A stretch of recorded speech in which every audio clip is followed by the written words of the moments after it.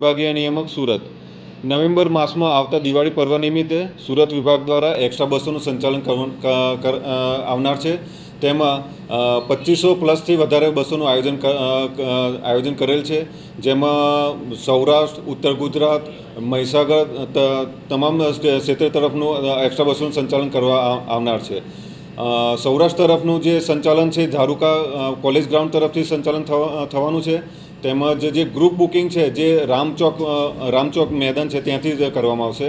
અને ઉત્તર ગુજરાત મહીસાગર પંચમહાલનું સંચાલન સેન્ટ્રલ બસ સ્ટેશનની સામે જિલ્લા પંચાયતનું ગ્રાઉન્ડ છે ત્યાંથી સંચાલન કરવામાં આવશે. જે એક્સ્ટ્રા બસોનું સંચાલન તારીખ 7ના દસમના રોજથી કરવામાં આવશે, જે 11 તારીખ સુધી આ એક્સ્ટ્રા બસોનું સંચાલન કરવાના છીએ.